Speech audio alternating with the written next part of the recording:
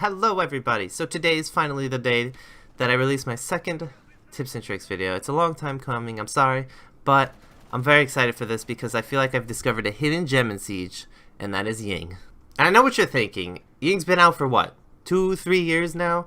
She's been played to death, there's nothing new with her, but recently in the Burn Horizon DLC, they altered the way her Candelas work just a little bit. However, this has changed the way I play her drastically. It's a huge change and a completely new playstyle, and I'm very excited to finally expose it to the world.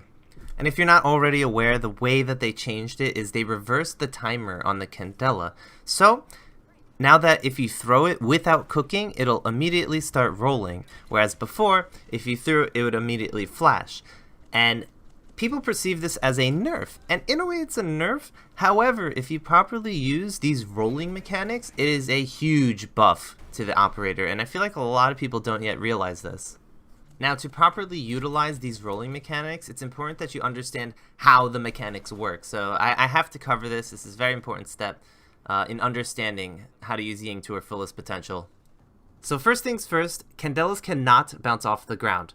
The moment Candelas touch the floor, they are locked in a rolling animation. These rolling animations will always go straight and in the direction it hits the ground. So even if you roll it into some kind of obstacle, such as a wall, it'll still go in a straight line. For example, I'm facing northwest here, it'll hug the wall, but still continue to go northwest. Now, despite these rolling mechanics being so linear, you could still do some very creative and complex plays with it, because the direction at which it rolls is not based on the direction you throw it, but rather the direction that the Candela lands on the ground. And you could change that direction by banking them off walls.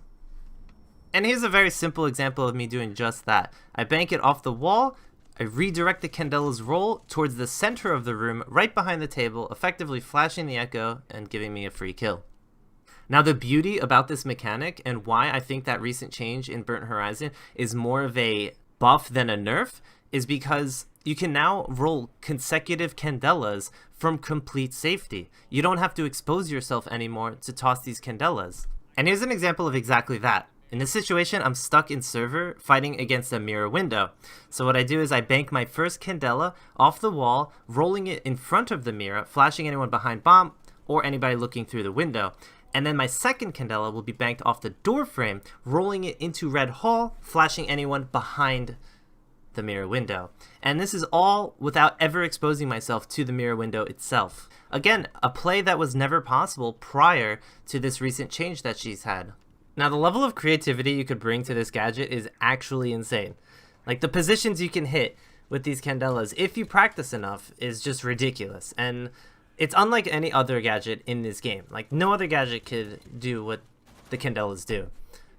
Now, just to demonstrate how ridiculous you can make these plays, I came up with this one on Oregon, where you throw a Candela at the wall to bank it off into another wall, which will then redirect it into Kid's room. You do it from complete safety, all the way from the closet, and are able to flash anybody that ends up in Kid's room, which is a very common position.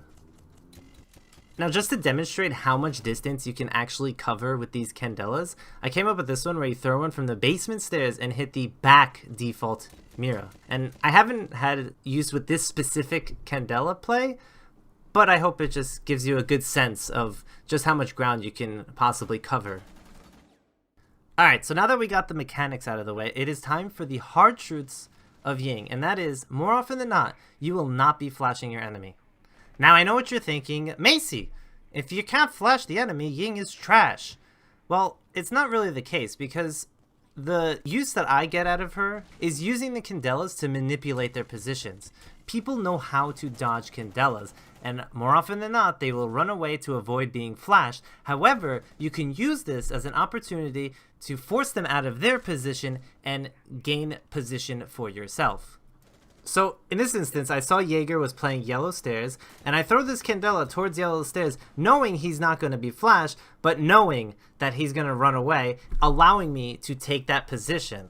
Now, once that position is established, I wait for his inevitable return and then cut him off his rotation. This one happens to be a freebie, but it's not always a freebie. However, I did gain the advantageous positioning. And that's the thing. People when playing Ying, expect free kills. Just blinded people laying on the floor, freebies.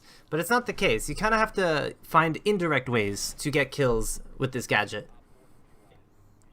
Now, just to expand on the whole concept of using Candelas to help advance positioning, one of my favorite tactics with this is not necessarily to force players out of their own position, but rather to block a line of sight that they may potentially be holding. So this match that I had the other day on Skyscraper was actually the perfect example of me using Candelas to prevent the enemies from holding a very specific line of sight. And I used that little window of opportunity to set me up for a much more aggressive play. So I just wanted to break down my thought process for this particular play just so you have a good sense of what's going on in my head and what's going on in the round. So I killed the guy in Geisha, and I know that the defenders are aware of my position in Geisha. So surely there's a defender on site holding that Geisha door, preventing me from peeking. It's a common angle behind the bomb that's always done. So with that said, I toss a Candela at the doorway of T just to stop him from holding that angle momentarily. And during this moment, I throw a second Candela, which blocks the line of sight from Drum, a position I know that is being occupied by the enemy. And then finally, with my third Candela, I throw it more aggressively in the sight to allow me to push into and advance in the objective. And keep in mind, when I do this, I never expect anybody to actually be flashed. This is just an opportunity for me to displace the enemy's positioning, disorient them, and simply give me that window of opportunity to just enter the doorway safely and take on a more direct gunfight. If they're flashed, hooray, I got a bonus. If they're not flashed, I still kind of have them off balance. And again, giving me a bit of an advantage in that situation. And just to drive the point home, here's another good example where defense had control of diffuser and I had to push through and make my entry through. I had no choice, but I used the Candela to just keep him off the line of sight for a second. I know he's not flashed, so I still contest him directly. But again, those small windows of opportunity just give you enough to make the plays that you need.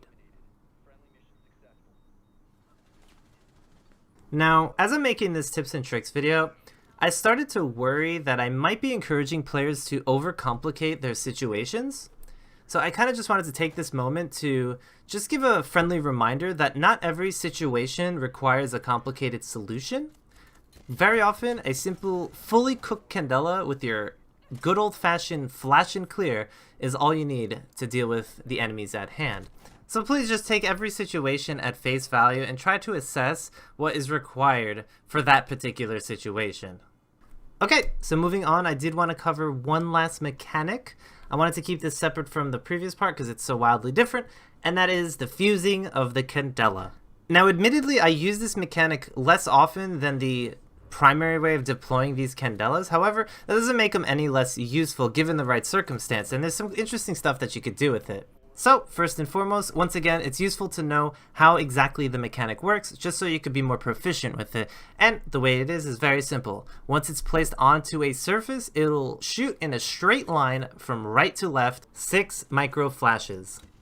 And in this particular example, you can see it runs along the red carpet from east to west, but if I orient it 90 degrees to the left, it'll instead go from north to south, underneath the staircase. And this just allows you to be more precise with how you fuse your Candelas and just be more accurate in whether or not you get the flashes on your target. And of course, this also applies to walls as well, from right to left. So how does one get the most out of this fusing mechanic? Well, not to discourage people from fusing any walls, because there's definitely some potential there, but I find that fusing the floors above and using this mechanic vertically rather than horizontally is the play, because all the mechanics that we spoke about previously where we bank and roll are far more effective ways of flashing a room horizontally. So this leads me to the Breaching Charge Candela combo, and it is a fantastic way to assist you in your vertical play. And it's very simple. Before breaching the floor and opening up lines of sight, you simply fuse it. If your Candelas land as you breach the floor, you flash the enemy and give yourself free kills. And it's especially good if you have those super aggressive defenders trying to challenge you on these angles, because you can deny them their ability to do so.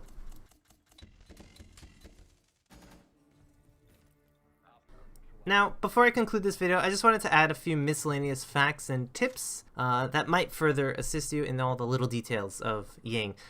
And since we were just talking about vertical plays, the first tip is you can throw Candelas through the bars of the floor, but you cannot roll them through the bars on the floor. It's kind of weird, but that's how it works.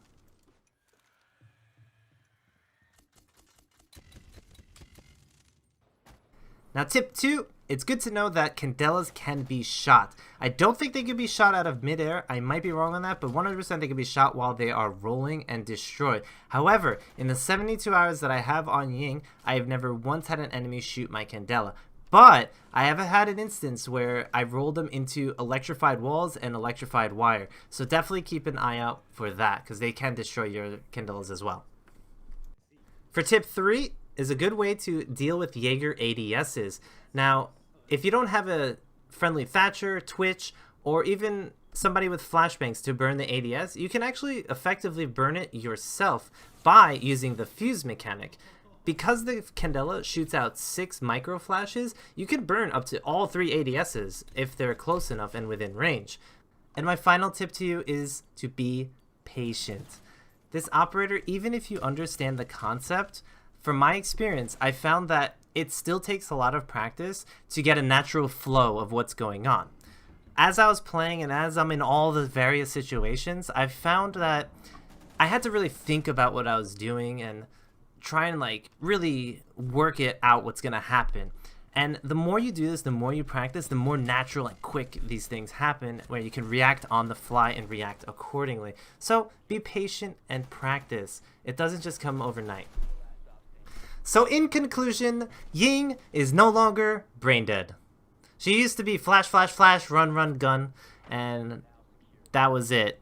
But now you have to actually think 1, 2, even 3 steps ahead with these Candelas and really understand the physics behind how they roll. So I love these tactical ops. These are what I live for in this game, and I'm so happy that I've discovered this, and I hope I can introduce this kind of playstyle to many others. If you got to the end of the video, thank you so much. I hope you enjoyed this tips and tricks. I do want to do more in the future, so keep an eye out for that. I always appreciate all the love and support. Believe me, I read all the comments on my channel.